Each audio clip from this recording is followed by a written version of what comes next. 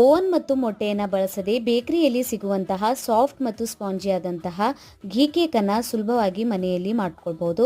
ಒಂದು ಬೌಲಿಗೆ ಅರ್ಧ ಕಪ್ಪಷ್ಟು ತುಪ್ಪನ ಹಾಕ್ಕೊಂಡಿದ್ದೀನಿ, ಅರ್ಧ ಕಪ್ಪಷ್ಟು ಸಕ್ಕರೆ ಪುಡಿಯನ್ನು ಹಾಕ್ಕೊಂಡಿದ್ದೀನಿ, 1/4 ಕಪ್ಪಷ್ಟು ಹಾಲಿನ ಪೌಡ್ರನ್ನು ಹಾಕ್ಕೊಳ್ಳಿ, 1 ಟೇಬಲ್ ಸ್ಪೂನಷ್ಟು ವೆನಿಲಾ ಎಸೆನ್ಸ್, 1 ಟೇಬಲ್ ಸ್ಪೂನಷ್ಟು ಬೇಕಿಂಗ್ ಪೌಡರ್, 1/4 ಟೇಬಲ್ ಸ್ಪೂನಷ್ಟು ಬೇಕಿಂಗ್ ಸೋಡಾ, 1/4 ಕಪ್ಪಷ್ಟು ಹಾಲನ್ನು ಹಾಕ್ಕೊಂಡಿದ್ದೀನಿ. ಸರಿಯಾಗಿ ಇದನ್ನು ಈ ರೀತಿಯಲ್ಲಿ ಮಿಕ್ಸ್ ಮಾಡ್ಕೊಳ್ಳಿ.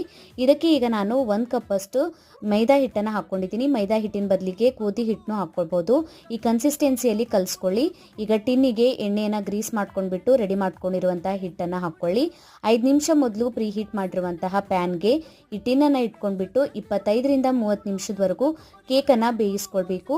ಈ ಥರ ಚೆಕ್ ಮಾಡಿ ನೋಡಿ, ಕ್ಲೀನ್ ಆಗಿ ಬಂದರೆ ಕೇಕ್ ಸರಿಯಾಗಿ ಬೆಂದಿದೆ. ತಣ್ಣಗಾಗಿದ ಮೇಲೆ ಇದನ್ನು ಕಟ್ ಮಾಡ್ಕೊಳ್ಳಿ. ಫುಲ್ ಡೀಟೇಲ್ ವಿಡಿಯೋ ಫೇಸ್ಬುಕ್ ಮತ್ತು ಯೂಟ್ಯೂಬ್ ಚಾನಲ್ಗೆ ಅಪ್ಲೋಡ್ ಮಾಡಿದ್ದೀನಿ, ನೀವು ಹೋಗಿ ನೋಡ್ಕೊಳ್ಳಿ. ವಿಡಿಯೋ ಇಷ್ಟ ಆಗಿತ್ತಂದ್ರೆ ಲೈಕ್, ಶೇರ್, ಕಮೆಂಟ್ ಮಾಡಿ. Thank you.